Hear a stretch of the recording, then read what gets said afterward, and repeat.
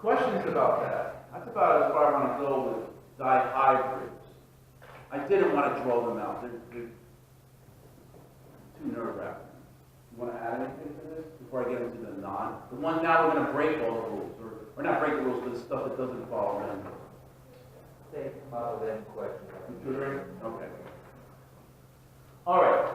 So let's talk about this. These are really interesting, these things, and you see it all the time. Okay. Why do you have, let's say, if you have a red flower and white flower, why do you get a pink flower?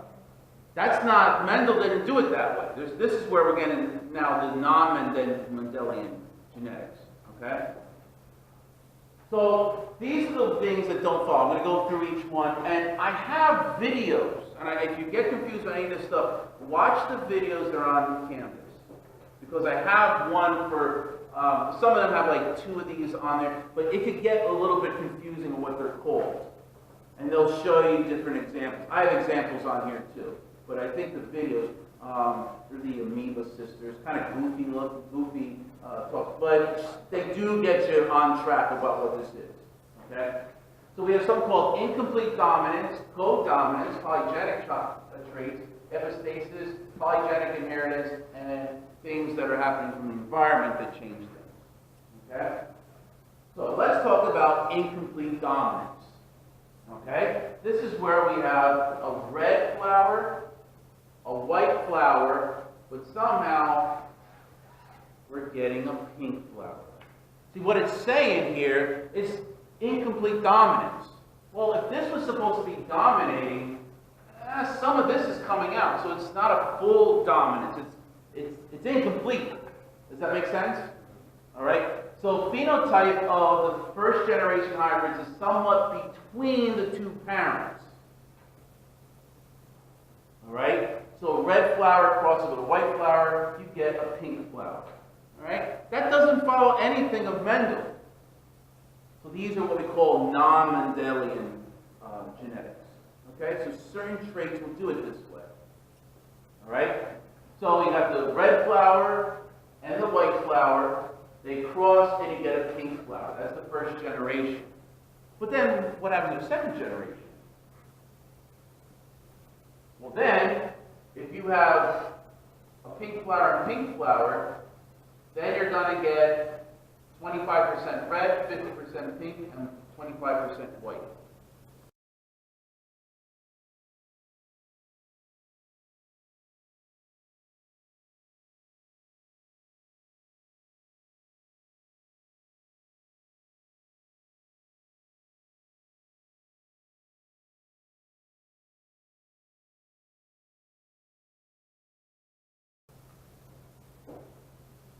Okay? Questions on that?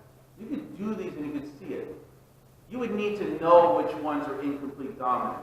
I don't have to say that in a question. I don't expect you to know certain things are incomplete dominance. It's public knowledge, but you wouldn't know that. You're just starting out. I would have to say that in the question. If this is a trait that's incomplete dominance, that means da-da-da-da, right? All right, now we have codominance.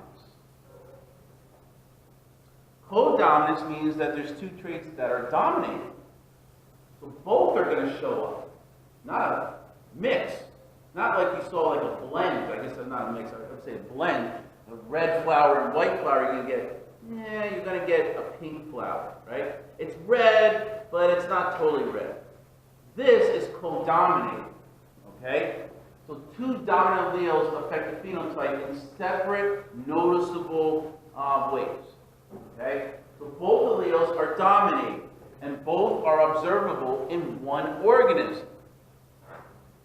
Take, for instance, this. You have a black chicken and a white chicken. All right?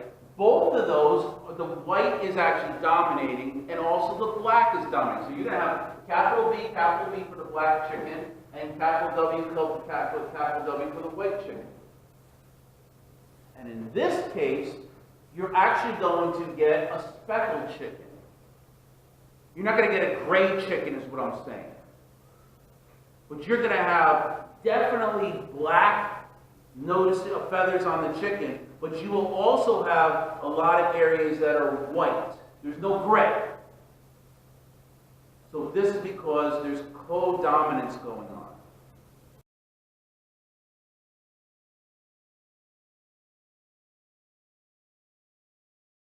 It's both of those are just dominating. You don't know why. Okay? So they would have, so the speckled chicken would be capital B, capital W. Not lowercase. Okay? All right, we also have something called polygenic traits. What this means is that we have something called pleiotropy. How do you say it? Pleiotropy, right? It's one gene is going to influence two or more unrelated phenotypical traits. All right? Most genes have this effect. A good example is sickle cell anemia.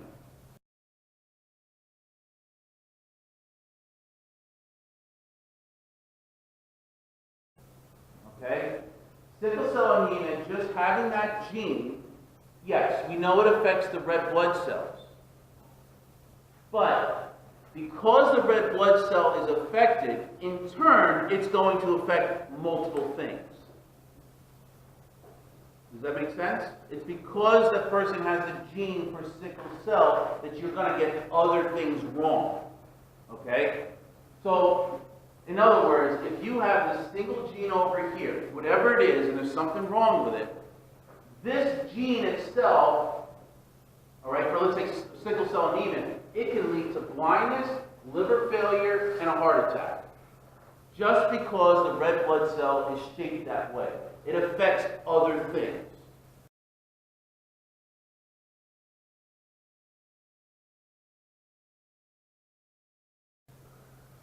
All right? If you want to look at it further, you can see the sickle cells will do all these different things. Okay? That's what that means.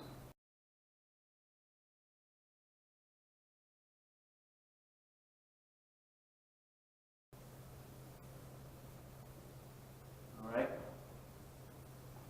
Then you got epistasis. And what this is that one gene at one location alters the phenotype expression of a gene at a different site on the chromosome. Kind of giving permission to do something. God bless you. All right? So an example is hair color in mice depends on two different genes. One gene is going to code for the pigment of the color of the hair. But one gene is going to decide to put the pigment in the hair. Does that make sense? So you can have the color, but you got to get permission to put it into the hair. So what's going to happen here is this, hair color, okay, in mice. What happens here in mice, capital B is the black color, lowercase b is the brown color, capital C color shows, lowercase c the no color shows. And you can look at this over here, all right, but a lowercase c recessive, homozygous recessive, lowercase c means that the color will not show. It also shows that it's phenotypical. It's going to not show on there. So you can see here the white mice over here. They have a lowercase c, lowercase c, lowercase c, lowercase c.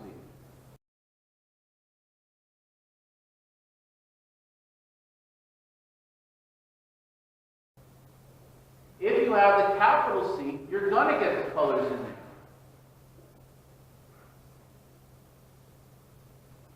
Okay? So it's kind of a parental thing. It's allowing the color to show. All right? You're getting the parents' permission. Not really the parents, but you need another gene to give permission to actually let it show. Okay? Then you have polygenic inheritance. All right? Just want to explain what a continuum is, because this was a difficult thing to actually put together for you, this slide. So a continuum is just a range of, or a series of things that are slightly different from each other. And that exists between different possibilities. So a simple example sentence, a continuum of temperatures ranging from very cold to very hot. All right? A continuum. It's going from very cold to very hot. You got this range, so to say. That's what a continuum is. Continuum is nothing, it's just a dictionary, Webster's dictionary word. But I think students, and even myself, it's kind of defined, and it's hard to define what a continuum is. So polygenic inheritance is dealing with quantitative characters, factors that vary in the population along a continuum. Okay? Polygenic inheritance is this variation in these quantitative characters. It's an additive effect of two or more genes. In other words, skin color. You can't say that this person's white or black or purple or yellow. You've got tons of shades in there. Does that make sense? That's where this comes in. There's a lot of different variants in this continuum. From albino all the way to pitch black. And it's in there. There's a huge continuum there. So it's hard to say what the person's color is, right?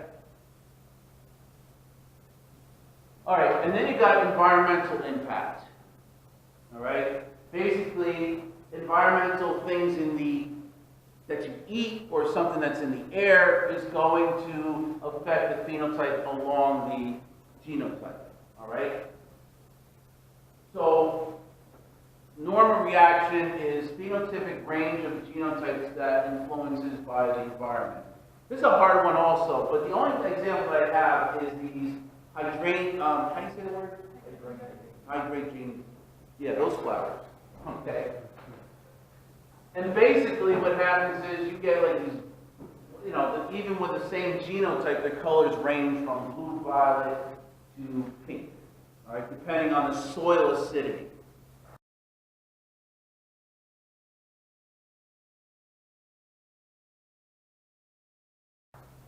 Even though they have the same genes, the soil itself is going to change things in there. Or there's more iodine, or there's, I don't know, whatever is in there. All right? So the genes are the same, it's just the environment's changing. Okay, does that make sense for you guys?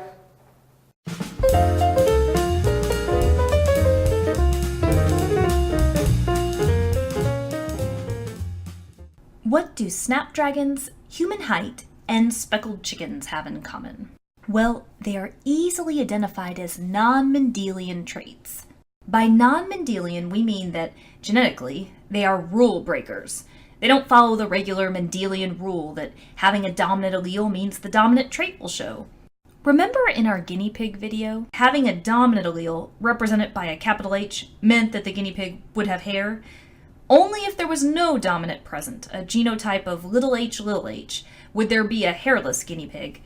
Well, that's a Mendelian trait. What we're going to cover now is when these traits are non-Mendelian and they don't follow these basic rules.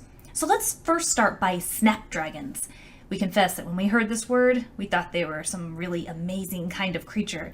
Well, they are amazing, but they're flowers, so I don't know, that's not exactly what we envisioned. Well, in snapdragon genetics, there can be three phenotypes: red, white, or something in between, pink. It's called incomplete dominance. In incomplete dominance, the dominant allele is not completely expressed when the recessive allele is around. There isn't really a clear dominant allele. If you cross a red flower, and we're going to write it here big R, and a white flower, little r, you are going to get offspring that are big R, little r. But unlike a Mendelian trait, if this is incomplete dominance, that big R allele is not completely expressed when the little r is around. So big R, little r in this case is pink. If you cross two pink flowers, big R, little r, like shown in this Punnett square here, you can get offspring that are red, white, or pink. Incomplete dominance is different from codominance. Codominance, like a co-worker, that prefix co should make you think together. They work together. The alleles, that is. For that reason, we like to use different letters entirely to represent the alleles. There is a codominance involving color in some types of chickens. Take a look at this Punnett square. If you cross a black chicken, represented here by BB, and a white chicken, represented here by WW, all the offspring here are BW. BW chickens are both black and white. They're speckled. See, both traits show up. This is the essence of codominance. And you know, what's more awesome than a speckled chicken? Well, except for those silky bantam chickens. By the way, you will find that many people use different formatting for incomplete dominance and codominance. Some people like to use different letters entirely for incomplete dominance, and some people don't. Some people also prefer to do exponents with codominance, and some people don't. Formatting aside, when you're solving these Punnett squares, since we find this really does vary from classroom to classroom, the real concept is that in incomplete dominance, one allele is not completely dominant over the other, so you see this almost in-between phenotype. In codominance, both alleles are expressed. It's the application that matters here. Height is fascinating. In our immediate family, Pinky is taller than Petunia. Our mom is also taller than Petunia. So how does that happen? There isn't just one height gene. There's a lot of genes that determine your height. What I mean by that is that you don't just have a pair of alleles, like big A, that will code for your height. It's more like someone having a genotype of big A, big B, little b, big C, little c, and maybe more genes to ultimately determine your height. And you inherit one allele for each of the height genes from each parent. All of these genes work together to determine your height. Your skin color is also determined by many genes, just like your height. These are called polygenic traits. Poly means many, so many genes coding for one trait is what polygenic means. By the way, both height and skin color can be influenced by environmental factors as well. Nutrition, growing up, can affect your height, just as spending a lot of time in the sun can affect your skin color. However, this doesn't change the genetics for this trait. And finally, one more thing that we want to talk about. Epistasis. Epistasis is when one gene really depends on another gene for it to even be expressed. I mean, it really depends on this other gene. So let's pick an animal like, a llama. Let's say this llama has a dominant big B allele, which means its wool will be black. So big B, or big B, little b means that it will have black wool. And let's say that if a llama has a pair of recessive alleles, little b, then it will have brown wool. Now, what if there is another gene that controls whether this pigment will even be expressed in the llama in the first place? In this hypothetical example, a llama could have this other gene coded for by big C, big C, little c, or little c in its genotype. However, if a llama has the genotype little c, it will not allow the other gene for wool color to even be expressed. Since we have two genes here, the gene for wool color and then this gene that controls whether the color is even expressed, this calls for our favorite 16 square dihybrid cross. If you notice in this dihybrid, crossing two heterozygote llamas, any llama with big B and big B, little b will typically give a black llama, and little b will typically give a brown llama. In all cases, unless they inherit a little c. If the llama has a little c in its genotype, then the gene for wool color is not expressed, and the llama is albino. This means that no pigment is expressed at all. Pretty interesting. There are many other non-Mendelian traits. We have another video on multiple alleles and a video on sex-linked traits. These are also non-Mendelian. It's kind of fascinating to see what can happen when you have these rule breakers. One last thing, keep in mind that when problem solving in genetics, you do not want to just assume it's non-Mendelian unless you are provided information or clues in the problem that it might be. Well, that's it for the Amoeba Sisters, and we remind you to stay curious.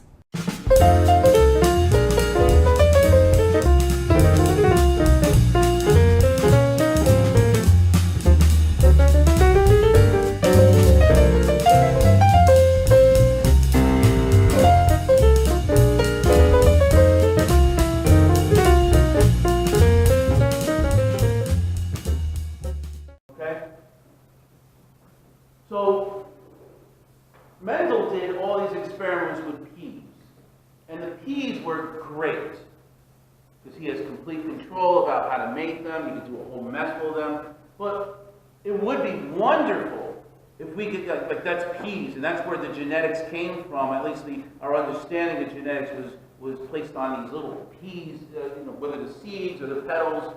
But it'd be better to understand a little bit more if we do it to humans, right? Because that's what we're concerned about, is diseases with us. But humans are just not good subjects for genetic research, for a lot of reasons. Some are obvious, right? The generation time is just too damn long. 9 months you gotta wait. All right, we'll cross mom and dad, but let's twiddle our thumbs and let's wait 9 months to see what happens. That's gonna take a long time. All right? Chicks, when they lay eggs, they're done in 21 days. A little bit faster. Peas are much faster. All right? Parents produce relatively few offspring. Right? Peas, you get hundreds of peas, offsprings on them. But when you deal with humans, you usually get one offspring.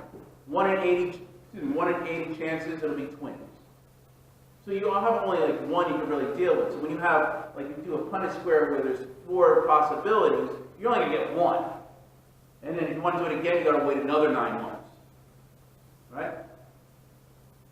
Breeding experiments is just unacceptable. I mean, in other words, I don't know, if I ask, any of you ladies in here, if you become pregnant, will you raise your hand for experimental purposes to see what happens to your baby? No, I don't think anyone will raise their hand. So it's, you can't really do that to humans, okay? However, basic Mendelian genetics is still the foundation of human genetics, right? All the things we learn with Punnett squares is based off of Mendel, okay? But there's a lot of non-Mendelian